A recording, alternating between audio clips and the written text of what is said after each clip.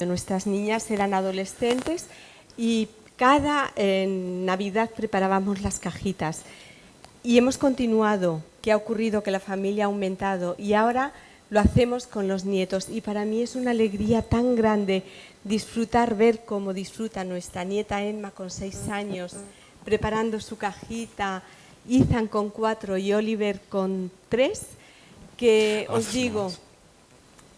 Nada de vuestro trabajo en el Señor es en vano y eso tenemos que recordarlo cada día. A veces vemos un fruto tangible, vemos los niños, tenemos la oportunidad de ver el resultado, pero en muchas ocasiones no lo vamos a ver. El trabajo con resultado visible y el que no vemos es el mismo. Y para el Señor no hay un solo esfuerzo que quede sin fruto. Así es que os animo, me siento partícipe, formamos parte de la entidad de Samaritan's Purse y soy una donante de ellas y os bendigo de verdad con mucho ánimo, seguir siendo fieles en el lugar en que Dios os ha puesto, en vuestras iglesias y en vuestra labor a través de Operación Niño de la Navidad. Deseo las mayores bendiciones de parte de Dios. Amén. Siempre tengo el mismo conflicto. Siempre digo, ¿la dejaré hablar a ella otra vez? Porque es que después de escucharla a ella, ya nadie quiere escucharme a mí. Yo digo que ella tiene una voz que no habla, sino que acaricia cuando habla. Pero no puedo privarles de esa bendición. Y esa es nuestra debilidad. Oliver, Emma, Ethan, la familia sin duda es el tesoro más grande que Dios nos ha dado después de la salvación. Y vale la pena custodiarlo, protegerlo, defenderlo como gato panza arriba. Cuida tu familia. Me subí a los hombros de un gigante para ver más lejos. Hay relaciones que a uno lo hacen crecer. Hay procesos que a uno lo levantan. Hay procedimientos que a uno definitivamente lo aupan. Y quiero deciros, y lo digo con absoluta sinceridad, aun cuando pueda parecer un tópico, una frase hecha, quiero deciros que estar entre vosotros en este fin de semana para nosotros es como subirnos a los hombros de un gigante. Me siento honrado de participar con personas que han decidido implicar su vida en bendecir a los demás, implicar su vida en pisar el barro más bajo para que otros puedan pisar lugares más altos. Sois personas definitivamente de calibre, de categoría, y a vuestro lado nos sentimos crecer.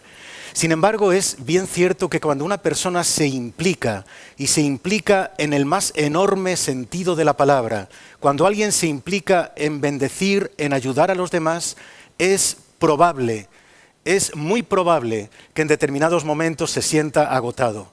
Alguien habla de que el desgaste emocional hace que nuestras defensas bajen bajo mínimos y cuando llegamos a estar con un nivel emocional bajo somos muy vulnerables. Así que he rogado a Dios que en estos días pueda edificar sobre lo que ya escuchamos anoche. Yo creo que todos en alguna medida tenemos algo de Jeremías y algo de Elías. Creo que todos en algún momento estamos en el pozo y en otros momentos pisamos las alfombras del palacio, como hizo el profeta Elías. No sé cuál es tu condición en este instante, no sé en qué condición llegaste a este lugar, pero quiero decirte que mi oración, mi ruego a Dios ha sido que de alguna manera nuestras vidas puedan ser confrontadas y transformadas. Nada, absolutamente nada ocurrirá gracias a mí, sino a pesar de mí y por la inmensa gracia de Dios. Así que vamos a hablar de lo que tumba a la secuoya. Y vamos a acudir a un lugar en la palabra de Dios que es el Evangelio según San Marcos, capítulo 6, versículos 30 y 31. Marcos 6, 30 y 31. ¿Quieres leerlo, por favor? Mira este episodio en la vida de Jesús, en ese instante en que Jesús habla con los suyos y les dice de esta manera.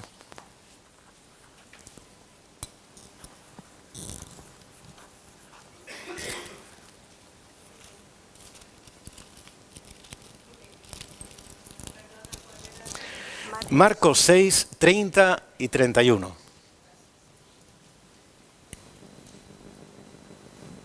Leemos en Marcos 6, capítulo 6, versículo 30, dice así. Entonces los apóstoles se juntaron con Jesús y le contaron todo lo que había hecho y lo que habían enseñado. Él les dijo, venid vosotros aparte a un lugar desierto y descansad un poco, porque eran muchos los que iban y venían, de manera que ni aún tenían tiempo para comer. Amén. Venid vosotros aparte y descansad un poco. Estoy convencido, plenamente convencido, de que este encuentro en el que estamos participando es una convocatoria divina. Os confieso algo, hace mucho tiempo, por lo menos hace ya 10 años, que dejé de aceptar invitaciones. Ahora solo acepto convocatorias. A veces tardo más en discernir la voz de Dios que me dice acude a ese lugar donde se te invita, a veces tardo menos. En esta ocasión, como bien sabéis, tardé poco en recibir confirmación de Dios, pero no tengo la más mínima duda de que esto es una convocatoria divina. Es la voz de Dios diciéndonos y diciéndonos con autoridad y a la vez con tremenda ternura: venid aparte, apartaos, descansad un poco, porque son muchos los que van y vienen, porque son muchos los que reclaman nuestra energía, nuestra atención. ¿Qué es lo que tumba a la secuoya? La secuoya es un árbol gigantesco, llega a alcanzar hasta 115 metros de altura. El diámetro de su tronco puede llegar a tener hasta 8 metros. En Estados Unidos, algunas secuoyas, el tronco de alguna secuoya ha sido perforada para, a través del tronco, construir carreteras. Y sin embargo, como nos recordaba Pablo Martínez no hace demasiado tiempo a un grupo de pastores, hay secuoyas que se han venido abajo por el empuje de una mano o por una racha no demasiado fuerte de viento. ¿Cómo es posible que el gigante se desplome de esa manera? El desplome se produce en un instante, pero toda debacle tiene un proceso de gestación. Te ruego que retengas esta frase en tu vida. El desplome se produce en un instante, pero toda debacle tiene un proceso de gestación. Justamente ahora está haciendo un año de que un parque emblemático en Madrid, el Parque del Retiro, para nosotros ese parque tiene un tremendo significado, porque fue donde paseamos por primera vez juntos, donde después de 9 meses de pasear juntos logré que por fin tomaras mi mano. Hasta ese instante, cada vez que yo acercaba mi dedo a sus dedos, ella apartaba la mano como si hubiera sufrido una descarga eléctrica. 9 meses, todo un embarazo, hasta ese día en que finalmente acerqué mis dedos a los tuyos y no retiraste la mano, sino que envolviste mis dedos con tus dedos, aplicaste una ligera presión. Eso fue una experiencia pentecostal en grado sumo. Valió la pena la espera. Y por eso tal vez es que me llamó tanto la atención cuando ese parque de pronto en el inicio de la primavera fue cerrado. Fue cerrado porque unos y otros árboles comenzaron de pronto a perder las ramas a causa de rachas de viento que soplaban en Madrid. Ocurrió lamentablemente que una de esas ramas cayó sobre un niño que estaba allí jugando y lo mató. Estuvo durante 3 semanas cerrado y cuando por fin se abrió, 180 árboles habían sido talados. ¿Qué ocurría? El problema no estaba en las ramas, el problema estaba en las raíces. Es lo mismo que la secuoya. Durante años y años, pequeñísimos insectos van minando sus raíces hasta que el empuje de una mano o el soplo del viento puede hacer que el gigante se desplome. Gigantes de impecable apariencia, pero muertos en esencia. Gigantes que asombran, pero son cadáveres de impecable apariencia. ¿Y qué ocurre con el árbol cuando enferma?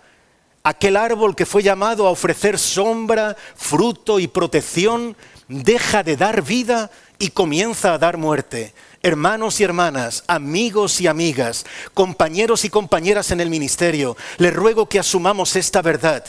Si no cuidamos nuestra vida, no importa cuán alto hayamos llegado, no importa cuán larga sea nuestra trayectoria, si no combatimos a los pequeñísimos insectos que devoran nuestras raíces, dejaremos de dar vida y comenzaremos a dar muerte. ¿A qué me refiero? Me refiero a que, por ejemplo, el púlpito puede ser un arma de bendición o una herramienta de destrucción. Me refiero a que las palabras, nuestras palabras, son como las abejas, fabricantes de miel y portadoras de aguijón. Y cuando yo hablo desde la amargura, amargo. Y cuando yo hablo desde el rencor, hiero. Y cuando el árbol, por grande que sea, se ha descuidado y se ha infectado, puedo asombrar, pero no lograré transformar. A eso quiero ir con lo que tumba la secuoya. Hay un insecto bien conocido, ¿cómo se llama? Bueno, me habéis evitado pronunciar una palabra un poquito incómoda. Es broma. Mirad, este insecto tiene un caparazón definitivamente atractivo. Un caparazón que brilla. Pero sabéis, no es darle apariencia la función principal de ese caparazón, sino protegerlo. Ese caparazón protege a la mariquita, pero mirad, por todos lugares menos por uno, por el abdomen. El abdomen es la parte vulnerable de este insecto. Hay un mosquito que conoce esa debilidad de la mariquita. Ese mosquito llega, pica a la mariquita en el abdomen, inocula unos huevecillos y pasado el tiempo, esos huevecillos eclosionan y nacen unas larvas. Lo primero que hacen esas larvas es comenzar a devorar la grasa de la mariquita. Y ese insecto comienza cada vez más débil. Lo que antes hacía con ilusión, ahora le cuesta trabajo hacerlo. Lo que antes no suponía ningún esfuerzo, ahora le resulta un esfuerzo ingente. Cuando esas larvas terminan de comer la grasa, comienzan a devorar los órganos motores de la mariquita. Y la mariquita nota que el avance cada vez le resulta más difícil hasta que queda paralizada. Pero mirad, débil, paralizada, la mariquita sigue brillando. Cuando terminan con los órganos motores, esas larvas devoran sus órganos vitales y la mariquita muere. Pero muerta, sigue brillando. La pregunta para cada uno de nosotros en este día es, ¿brillantes por fuera, pero vivos por dentro? Porque dejadme que sea insistente, reiterativo y hasta machacón con este tema. Podemos ser cadáveres de impecable apariencia, que asombran por fuera, pero que están muertos por dentro. Dios nos libre de esto. Perdonadme que comparta ahora una parte de nuestra vida que algunos conocéis, y por eso os pido disculpas por anticipado, pero creo que puede ser estimulante para alguno o alguna escucharlo. Comencé a pastorear cuando tenía 17 años de edad. Llamar templo a aquella pequeñísima capillita donde ejercía el ministerio, llamarlo templo era ser demasiado optimista. Aquello era una especie de armario empotrado donde había 15 sillas y siempre sobraban la mitad. Recuerdo que tardaba 1 hora y media en llegar desde mi casa a aquel lugar de culto y siempre quería llegar 1 hora antes de que comenzase el servicio. Cerraba la puerta y me quedaba a solas en aquella minúscula habitación. Entonces me arrodillaba, posaba mis codos sobre una silla y clamaba al cielo: Dios, haz que hoy venga alguien aquí a escuchar tu palabra.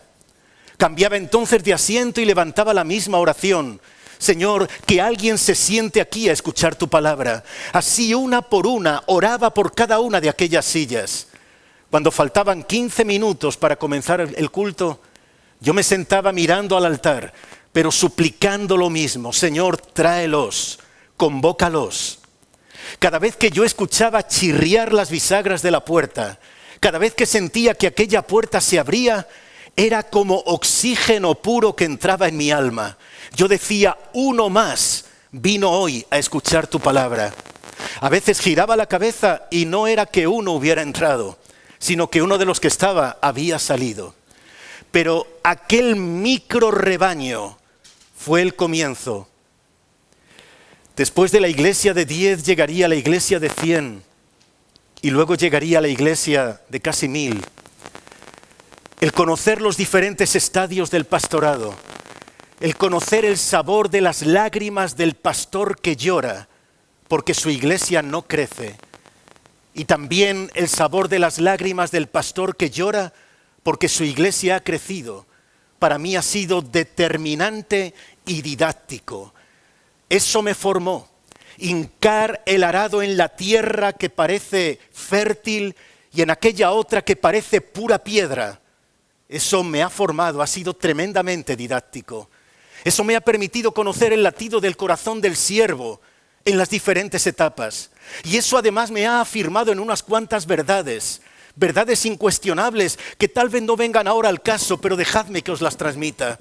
Primero, he aprendido que la grandeza de un ministerio o de una iglesia no se mide por lo que contiene, sino por lo que envía. Me he afirmado en la idea de que la verdadera grandeza de un ministerio o de una iglesia no se mide en números, sino en influencia.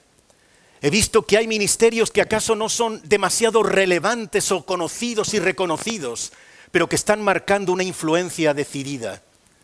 Cuando llevaba 31 años pastoreando, yo comencé a notar que algo aquí adentro se había roto. No fue algo inmediato, sino progresivo. No ocurrió de la noche a la mañana, sino que fue paulatino. Comencé a percibir que esa pasión que antes aceleraba mi corazón, ahora ya no lo aceleraba. Comencé a darme cuenta de que el bendito y sagrado ministerio comenzaba cada vez más a tener forma de trabajo.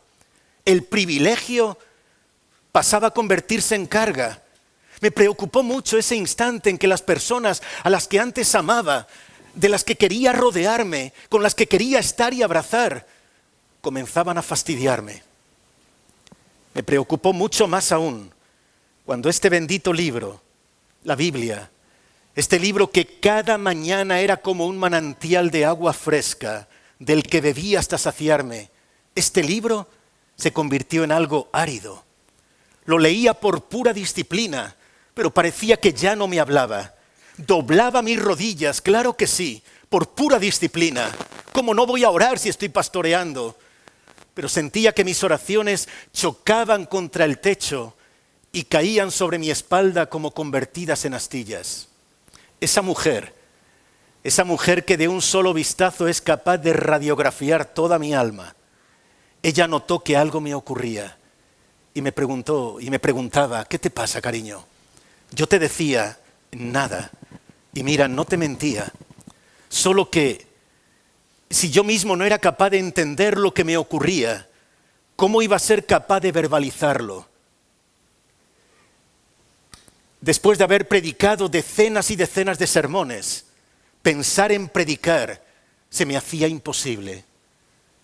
Después de haber aconsejado a decenas y decenas de personas, pensar en sentarme delante de alguien y transmitirle un consejo con frescura, se me hacía tan difícil. Claro que podía darle un consejo, mi cerebro todavía funcionaba, pero esos consejos ya no tenían aroma de cielo, ya no lo hacía desde el corazón, sino desde la profesión. Ya no lo hacía con amor, sino por obligación. El bendito privilegio se convirtió en un trabajo. Y mirad, quiero decir, porque no quiero que el diablo saque ni un ápice de ventaja de lo que estoy compartiendo, no era cuestión de pecado. Aunque 1000 veces miré al cielo y le dije, Dios, ¿por qué me siento muerto por dentro? Hay algo aquí dentro que yo desconozco, algún pecado oculto, revélamelo, te lo ruego. No era pecado, era colapso. También debo aclarar, no fue culpa mía. Dios me había mandado a navegar en una barca y yo decidí remar en 10. Dios me envió a galopar a lomos de un caballo y yo decidí galopar en 10 caballos. Y los 10 caballos se desbocaron y las 10 barcas naufragaron. Porque implicarte en todas las guerras no te convierte en héroe, es más probable que te convierta en cadáver. Así que no era culpa de Dios, sino mía. Aunque Dios me permita vivir 1000 vidas, yo no puedo, ni quiero tampoco, olvidar ese día en que me dijiste, ¿recuerdas? Siéntate aquí. Y me comentaste, algo te ocurre y no te vas a levantar de aquí hasta que me lo digas. Tomaste mi mano Y entonces fue cuando te lo dije. Te dije, cariño, voy a dejar el ministerio. No puedo seguir adelante. Voy a dejar el ministerio. Dejadme que aquí incorpore otra aclaración. No era abandono, era imposibilidad. No era hastío del ministerio, era incapacidad. No me sentía cansado del ministerio, me sentía agotado en el ministerio.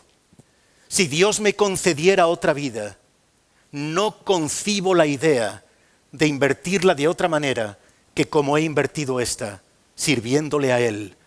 Pero en ese instante no podía seguir adelante.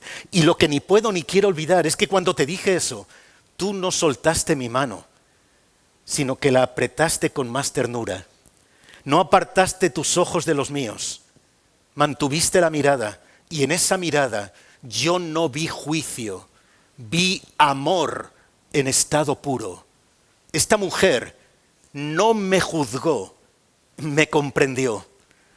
Por fin reuniste fuerzas para verbalizar una frase y la dijiste. Y me dijiste, cariño, tomes la decisión que tomes, yo estaré a tu lado. Y esas palabras fueron bálsamo para mí. Ella no tenía respuesta para mis preguntas, pero no era respuesta lo que yo necesitaba, sino comprensión. Ella me comprendió. Pero recuerdas, no terminó ahí tu mensaje, sino que sin soltar la mano me dijiste, pero cariño, ¿por qué no, antes de dejarlo todo, por qué no vas a ver al viejo pastor? Ese consejo, y sobre todo el aceptarlo, me salvó la vida. Hoy, con la perspectiva que el tiempo confiere a las cosas, mirando ese episodio con perspectiva, yo descubro que Dios puso a mi lado, en ese mar que me tragaba, Dios puso dos prodigiosos salvavidas. El primero fue la gracia de Dios, su gracia. Y te lo ruego, no me pidas que te explique su gracia, porque no puedo explicarla. No puedo explicarla, pero necesito disfrutarla. Es algo así como su corazón que sigue latiendo a nuestro lado cuando todo lo demás se ha ido. Es algo así como su mano que alcanza nuestra mano en el pozo más profundo, su gracia. Pero lo segundo, y os ruego que me disculpéis por ser tan cursi, si os parece cursi, fue ella. Fue ella. Alguien dice, detrás de un gran hombre siempre hay una gran mujer. ¿Cómo odio esa frase? Me gusta más esa otra que dice, al lado de un gran hombre hay una gran mujer. Pero a veces ocurre que Dios determina en su inmensa misericordia, al lado de un pequeño hombre, colocar una gran mujer. Y como sé que no te gusta, te pido disculpas que diga estas cosas, pero mirad, ella me dijo, ¿por qué no antes de dejarlo todo, por qué no visitas al viejo pastor? Fui a ver al viejo pastor, un veterano de más de 80 años, un hombre sobre el cual había pasado la vida, el ministerio y la adversidad.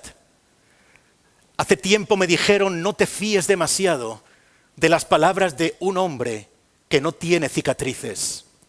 Ese hombre tenía cicatrices, tenía heridas de guerra, tenía las marcas del ministerio, pero tuvo la sabiduría de convertir las cicatrices, algunas bien marcadas, en renglones. Renglones sobre los que Dios había escrito, líneas que ahora destilaban sabiduría, destilaban bendición y vida. Y ese hombre tuvo la gentileza, la misericordia, la amabilidad de dejarme leer en sus heridas. Ese primer día en que me recibió, ese abrazo me supo a gloria. No soltó el abrazo, ni siquiera cuando yo le dije, pastor, no pierda el tiempo conmigo. Vengo a decirle que dejo el ministerio. No soltó el abrazo, sino que lo incrementó. Tampoco él me juzgó, sino que me comprendió, me recibió. Y a partir de ese día, ese veterano del ejército de Dios oró conmigo y oró por mí. Lloró conmigo y lloró por mí. Cada vez que yo llegaba a casa después de uno de esos encuentros, arrodillado, siempre arrodillado, oraba y lloraba, lloraba y escribía, escribía y oraba. Os garantizo, jamás escribí eso con la pretensión de publicar. Era una experiencia tan nuestra, tan íntima, tan sagrada, que me parecía feo convertirla en un producto de consumo. Escribía solamente porque no quería perder ni una palabra de las que me había regalado mi viejo pastor. No quería perder ni una gota del néctar que él había vertido sobre mí. Quería recordar cada frase, cada historia, cada ilustración. Si pudieras ver el manuscrito de ese libro, porque fue eso, manuscrito, escrito a mano, podrás comprobar que algunas páginas están arrugadas, empapadas de lágrimas. Algunas líneas están diluidas porque tinta y lágrimas se mezclaron sobre el papel. Fue pasando el tiempo y yo sentí que, arropado a la sombra de ese roble, mi alma comenzaba a sentir de nuevo el calor. Una mañana desperté sintiendo que lo que antes estaba extinguido, esa pasión, esa brasa que se apagaba, comenzaba a producir dentro de mí un extraño calor. Sentí que el corazón se aceleraba de nuevo. No fue un proceso rápido, sino lento, pero progresivo también. Hasta que llegó ese instante en que percibí que alcanzaba de nuevo la altura de crucero, en que volví a mirar a la cruz y al ministerio, y mis ojos se anegaron en lágrimas. No ya lágrimas de derrota y abandono, sino de nuevo lágrimas de ilusión. Fue entonces cuando uno y otro, mis más íntimos, me decían: José Luis, lo que a ti te ha ocurrido le está ocurriendo a personas en todo el mundo. Hay hombres y mujeres que están cansados, que están desgastados, que se están quemando por ayudar a los demás. Tienes que compartir con ellos lo que tu viejo pastor te ha regalado. Aquí también me resistí como gato panza arriba.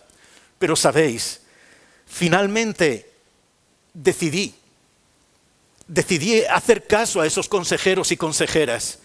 Envié el manuscrito a una editorial. Una casa editora normalmente se toma de 6 meses a 1 año para valorar una posible publicación. Yo mandé el manuscrito en la mañana en un archivo electrónico y en la tarde tenía la respuesta del presidente de HarperCollins. Tenemos que publicar esto. Cuando ese libro salió, de manera fulminante, inmediata, instantánea, comencé a recibir cartas de todos los lugares del mundo.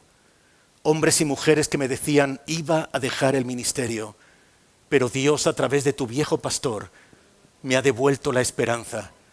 Aún a día de hoy, cada día recibo mensajes que me quebrantan y que leo de rodillas, igual que cuando escribí ese libro. Mensajes que me mueven a las lágrimas, igual que cuando escribí ese libro.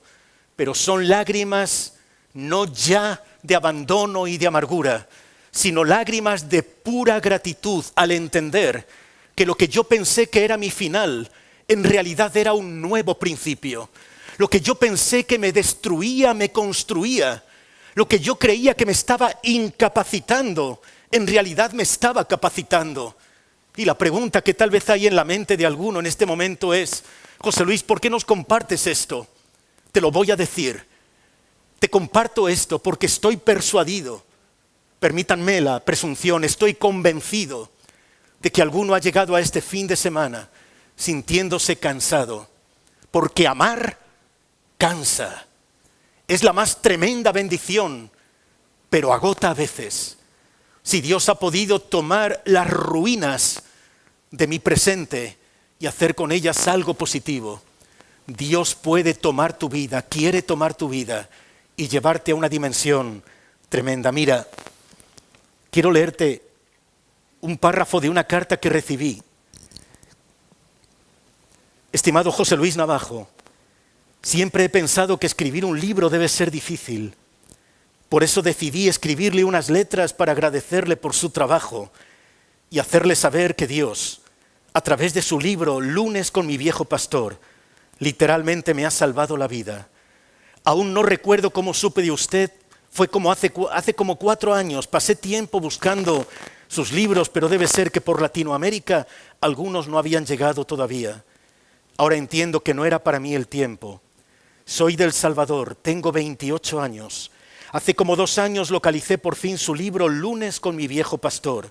Lo leí, me encantó y lo guardé en un lugar especial, pero fue el pasado año cuando ocurrió el milagro. Estaba atravesando el peor momento de mi vida. Mi esposo me había abandonado, perdí el trabajo y recibí la noticia de que quizá nunca pueda ser madre. Todo al mismo tiempo. Fue demasiado para mí y colapsé. No encontraba sentido a seguir viviendo. Decidí quitarme la vida y lo planifiqué. Busqué en internet métodos que no fueran muy dolorosos.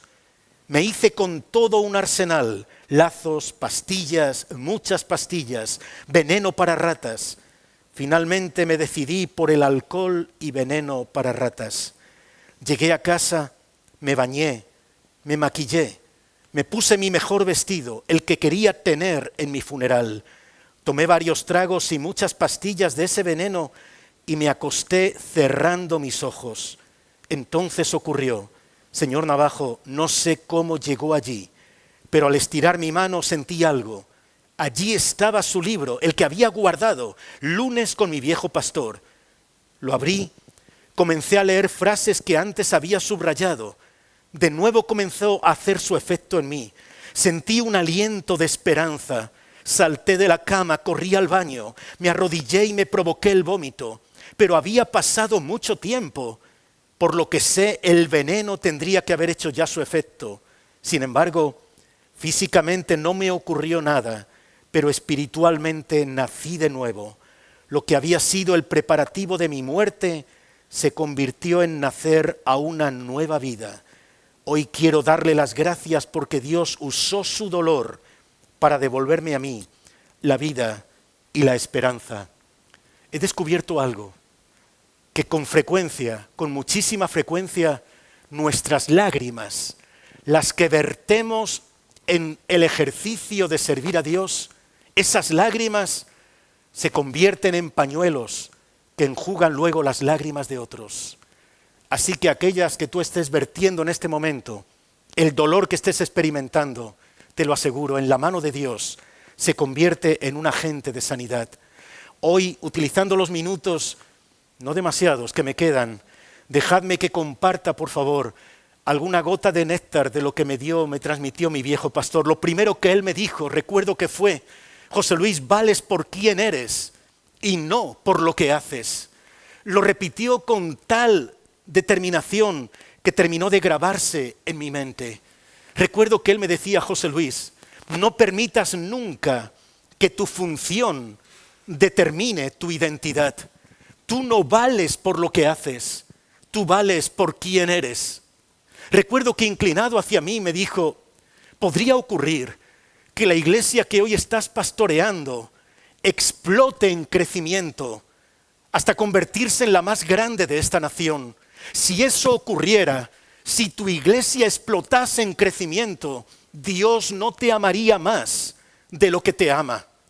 Pero podría ocurrir, sin embargo, me dijo, que la iglesia que pastoreas se quiebre, se fracture en 1000 pedazos hasta desaparecer. Si eso ocurriera, Dios no te amaría menos de lo que te ama.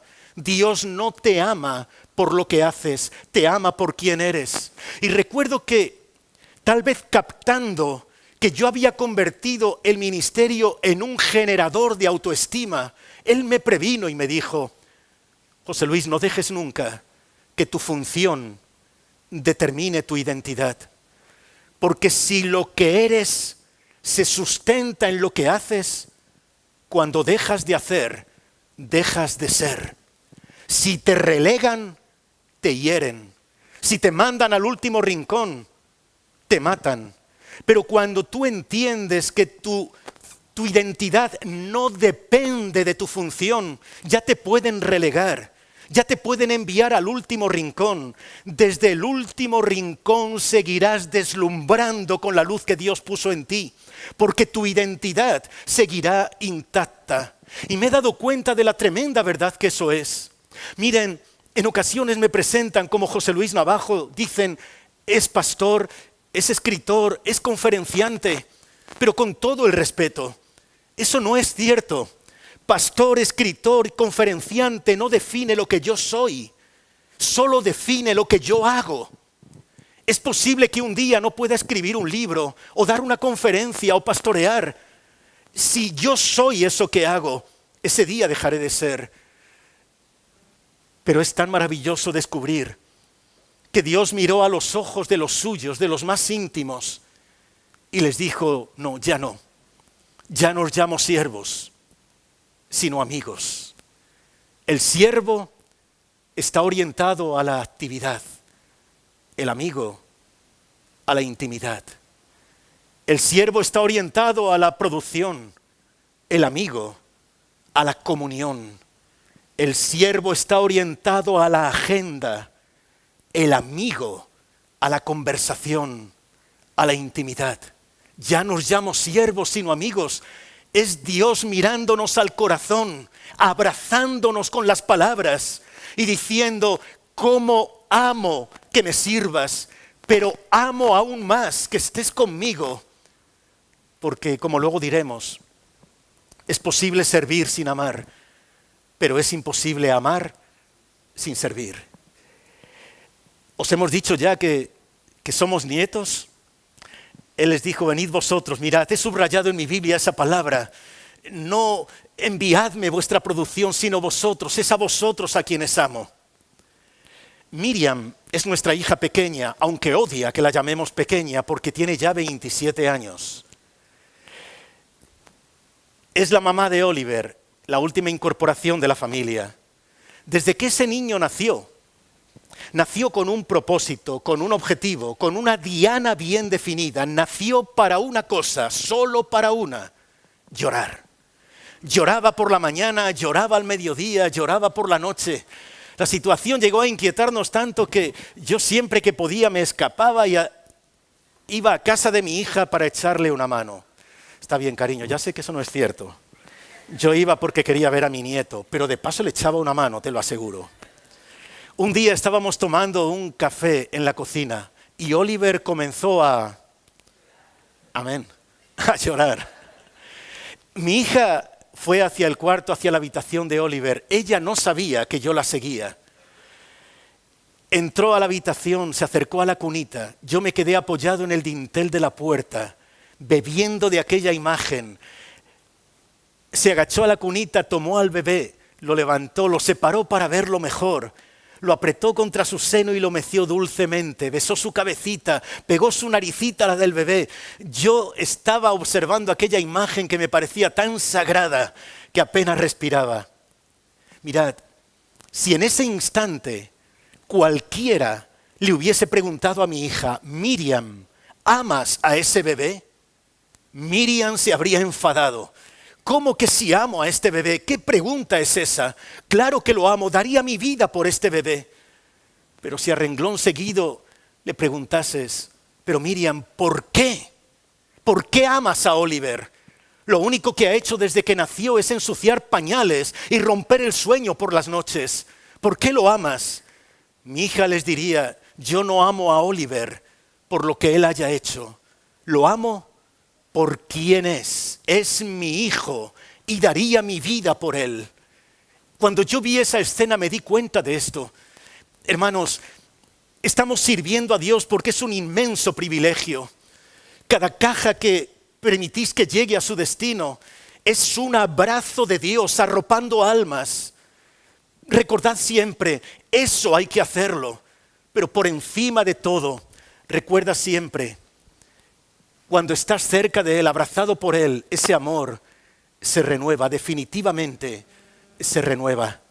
Me dijo mi viejo pastor también, impide el aislamiento, no te quedes solo. Cuando estás en el servicio a Dios hay algo tan glorioso, maravilloso, como hacer equipo. Recuerda siempre esto, cuando comienzas a experimentar el desgaste y con el desgaste te quedas a solas, cuando estás solo, estás en mala compañía. Busca a alguien en quien volcar tu corazón, con quien compartir. Recuérdalo siempre, un hombre o una mujer edifican una casa, pero un equipo construyen un reino. Recuérdalo siempre, si viajas solo o sola, llegarás antes, pero si lo haces acompañado, llegarás más lejos. Me he dado cuenta de que cuando comparto mi carga con alguien, por ese simple hecho, compartirla, ya pesa la mitad. Y me he dado cuenta de que es algo sabio, buscar hombres y mujeres en los que apoyarnos. Porque mirad, lo vamos a hacer rapidísimamente, pero necesito 5 voluntarios, por favor, o voluntarias. Los que peor hayan dormido esta noche y por lo tanto tienen muchísimo sueño ahora mismo. Va a ser muy sencillo. Muchísimas gracias, Almi. Muchísimas gracias, hermanas. Necesitamos solamente 2 más. Gracias, hermana. Un varón más, por favor. Utilizamos tecnología digital, el dedo. Ahí tenemos. Muchísimas. Ya vienen por ahí atrás. Gracias. Ya está bien. Muchísimas gracias. Le dejamos a él entonces. Un aplauso a Dios por estos voluntarios y voluntarias. Gracias. Mirad, os agradezco que me ayudéis a ilustrar esto, porque alguien me dijo, las palabras son enanos y los ejemplos son gigantes. Así que, como oigo y olvido, veo y recuerdo, hago y aprendo, es un principio tan importante que no quiero que lo olvidemos, ni siquiera que lo recordemos, quiero que lo aprendamos. Pero estáis en vuestra casa, tomad una silla, por favor.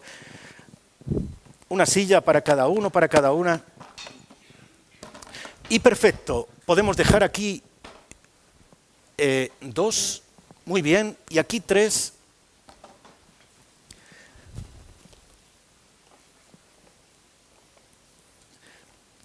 Mirad, este principio que quiero transmitir y que tal vez alguno conocéis, lo aprendí de Gordon MacDonald, un extraordinario predicador y prolífico escritor también. Él dijo lo siguiente: estés en el ministerio que estés, desarrolles la función que desarrolles en el reino, siempre vas a encontrarte con 5 tipos de personas. Atentos y atentas, por favor. La sabiduría con la que repartas tu tiempo entre estos 5 tipos de personas, la sabiduría con que inviertas tu tiempo en ellos, va a determinar la frescura y la durabilidad de tu ministerio. Parafraseándolo, si eres sabio repartiendo tu tiempo, tu ministerio será más fresco, más ágil, más vivo y más duradero. Si no repartes tu tiempo con sabiduría, tu ministerio, sea cual fuere, tendrá fecha de caducidad. Todos nos vamos a encontrar en el ejercicio del ministerio con, muéstralo por favor, personas problemáticas. Lo siento, te tocó el peor papel. ¿A qué me refiero con personas problemáticas? Personas con problemas. Estoy refiriéndome a esas personas que nos desgastan con sus constantes problemas, matrimonios en crisis, personas con necesidad financiera, personas en precaria situación emocional. La pregunta que yo les hago no lleva trampa, de verdad. ¿A las personas con problemas hay que atenderles? ¿Sí o no? Radicalmente sí, tienes toda la razón. De hecho, es lo que este precioso ministerio de Operación Niño de la Navidad está haciendo. Llegar a las necesidades, suturar las heridas, abrazar al desvalido. Hay que hacerlo. Ahora mira, junto con las personas con problemas, vamos a encontrarnos con personas buenas. No que ellos no lo sean, pero personas que todo lo que nos transmiten son bondad. Estoy refiriéndome a los miembros de iglesia, miembros de la organización.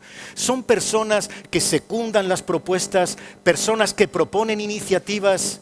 Mirad, si yo me remito a la pastoral, el 90% de los pastores tienen su agenda saturada con apoyar a los que están en problemas y con mantener la maquinaria de la iglesia, los cultos, las actividades especiales. En el ministerio es lo mismo. Es fácil que nuestra agenda se sature atendiendo problemas y manteniendo la maquinaria de la organización. No es que esto sea malo, pero es peligroso. Porque si esto satura nuestra agenda, no vamos a tener posibilidad de crear un tiempo, un espacio para compartir con compañeros. ¿Quiénes son los compañeros? Sois vosotros, hermanos y hermanas. Son esas personas a las que yo me acerco y con las que yo puedo decir, oye, me siento cansado. Oye, ¿sabes que el otro día, aunque soy el pastor, no tenía ganas de ir a la iglesia? Personas con las que yo puedo abrir mi corazón, porque su corazón late al ritmo que el mío. Y esto es necesario. Por eso es sabio lo que estáis haciendo en este fin de semana. Pasar tiempo con compañeros. Pero si tengo la agenda saturada, tampoco tendré tiempo de crear colaboradores, discípulos, personas en las que yo voy a invertir un tiempo, pero a las que yo luego voy a poder tomar, porque he invertido tiempo, y acercarlas a este otro tipo de personas para que liberen mi agenda. Algunos dicen, creo discípulos y se me van. Después de que están formados se marchan. Está bien, hermano, a Jesús le ocurrió lo mismo. Eso es ofrendar discípulos al mundo. Que no estén en tu barca no significa que no estén. No dejes por eso de crear discípulos. Pero además de eso, es fundamental tener un tiempo para personas de recursos. ¿A qué me refiero? Me refiero a viejos pastores, a veteranas pastoras, a hombres y mujeres a cuyo lado yo crezco. Una conversación con ellos no solamente me nutre, sino que me hace crecer. En este momento yo tengo 3 personas de recursos. Es difícil tener más de 3, te lo aseguro. Pero si no tienes ni siquiera una, ¿quiénes son las personas? Son esas personas a las que vas a llamar en cualquier momento y te van a corregir, te van a guiar, te van a comprender, te van a nutrir. Cada vez que yo tengo una en España y 2 fuera de España, cada vez que yo sé que los que están fuera de España pasan por aquí, pido por lo menos tomar un café con ellos y descubro que 2 horas a su lado me proveen alimento para varios meses. Te lo ruego, porque esto es importante. Si en este momento tú no puedes localizar quién es tu padre o madre espiritual, con todo respeto, con todo cariño, pero con toda determinación, eres huérfano, eres huérfana. Y la orfandad ministerial mata. No importa cuán alto Dios te haya llevado, la orfandad espiritual mata. Así que, si notas que tu agenda está saturada por eso, recuerda, impide el aislamiento, pasa tiempo con compañeros, crea colaboradores a tu lado y busca personas de recursos. Muchísimas gracias, un aplauso de nuevo a Dios por ellos, gracias. Gracias.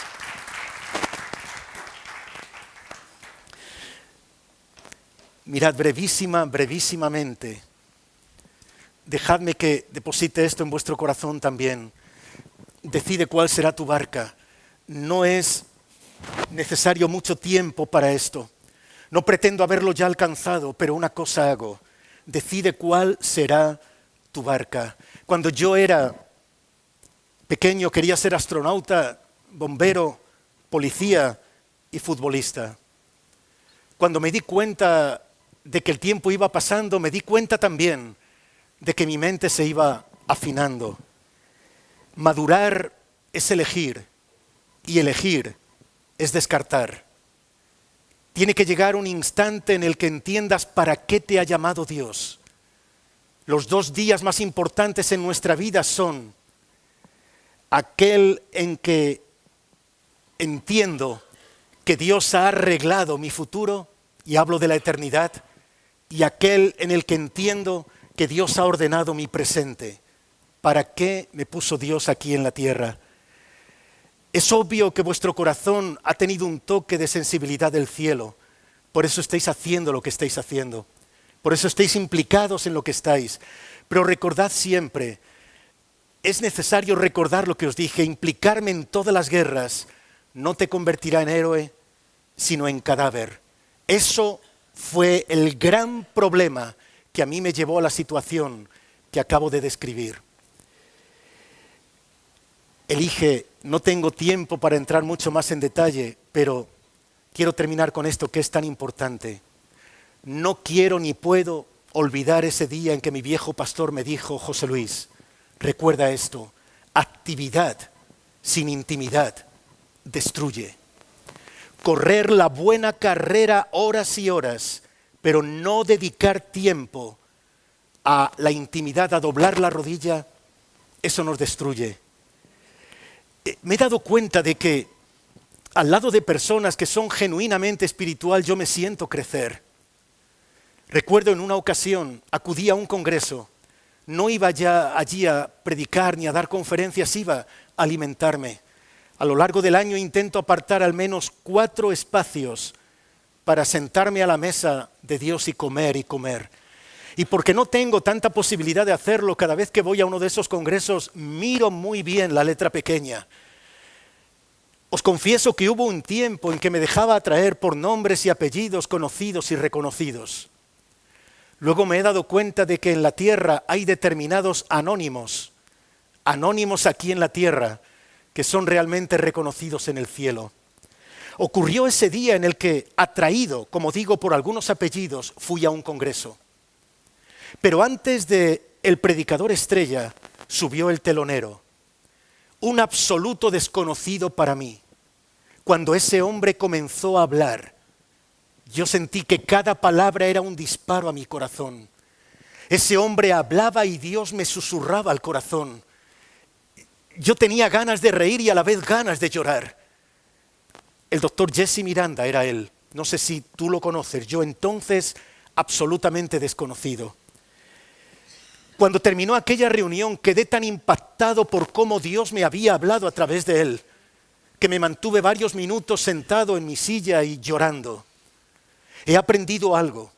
Cuando Dios me afecta positivamente a través de alguien, cuando Dios provoca cambios en mi vida a través de alguien, yo quiero hablar con esa persona. Y me he dado cuenta de algo. Aquellos a los que nosotros equivocadamente llamamos grandes siervos, qué paradoja. No caben las dos palabras en la misma frase. Grande siervo, o eres grande o eres siervo. No puede ser las dos cosas. Pero aquellos a los que nosotros vemos como personas selladas por la gracia de Dios, me he dado cuenta de que son tremendamente accesibles, genuinamente humildes.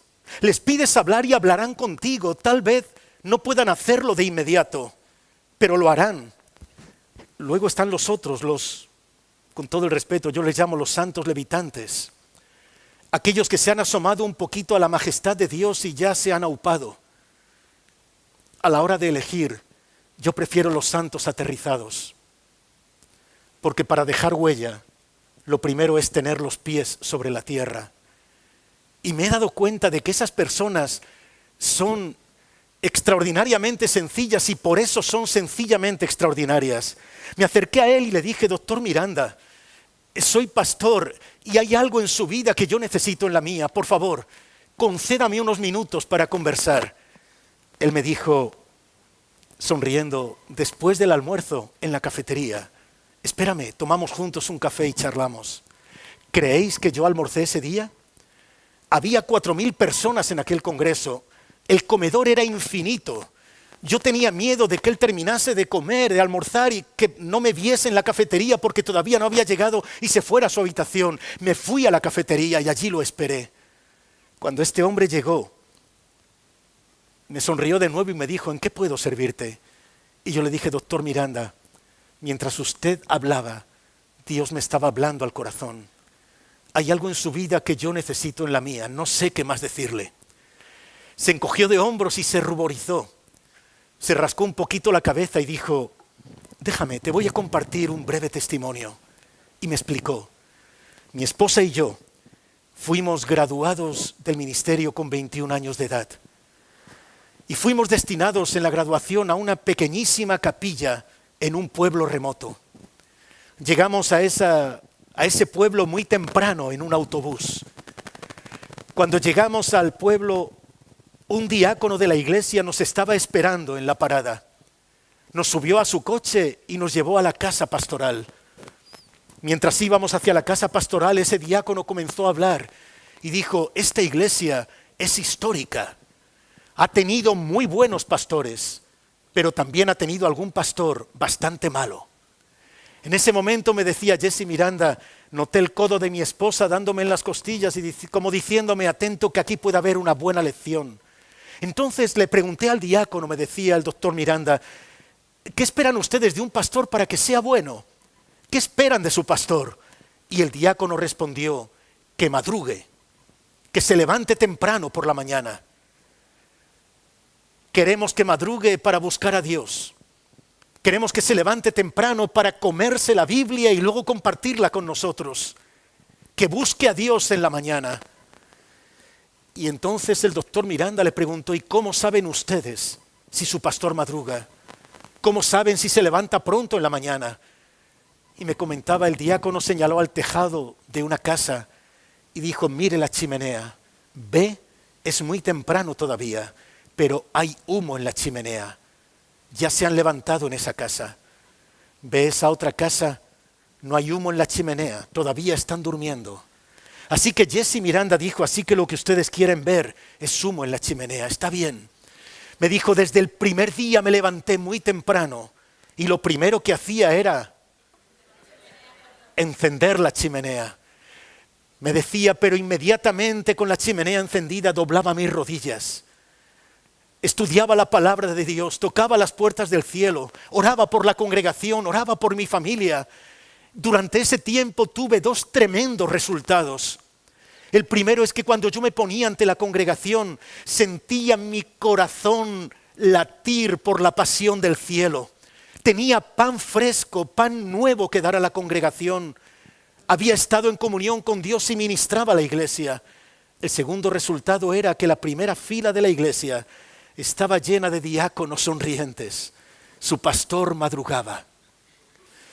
Y mira, en ese momento, créetelo, aquel hombre que había taladrado mi corazón con la palabra, y estoy terminando, sus ojos se llenaron de agua ante mí. Bajó la voz varios tonos y me dijo, pero José Luis, Dios fue bueno con mi ministerio. Comenzó a bendecirlo, la iglesia comenzó a crecer. Pero no solamente la iglesia, sino también mi ministerio.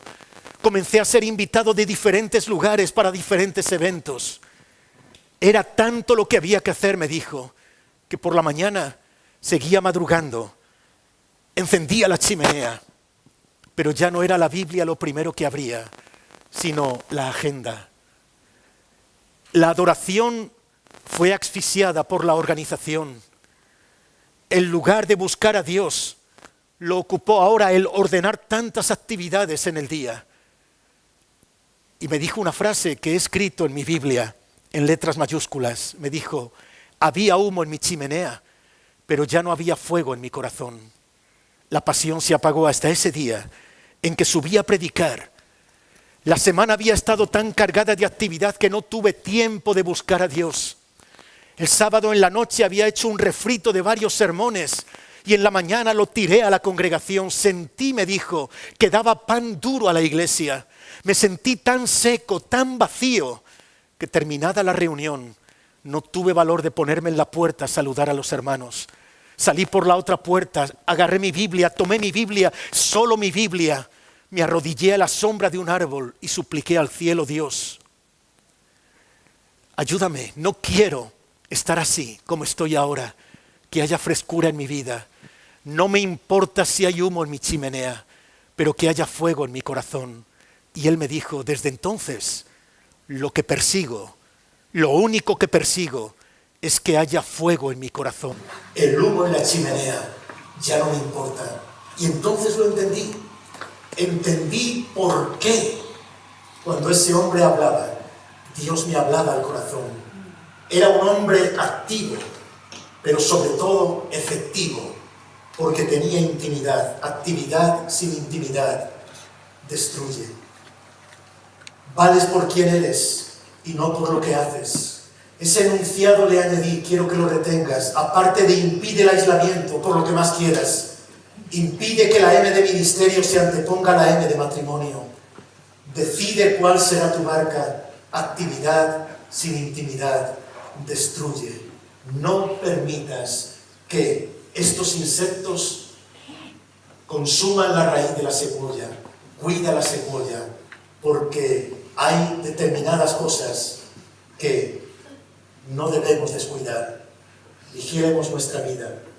Cerremos un momento nuestros ojos, por favor.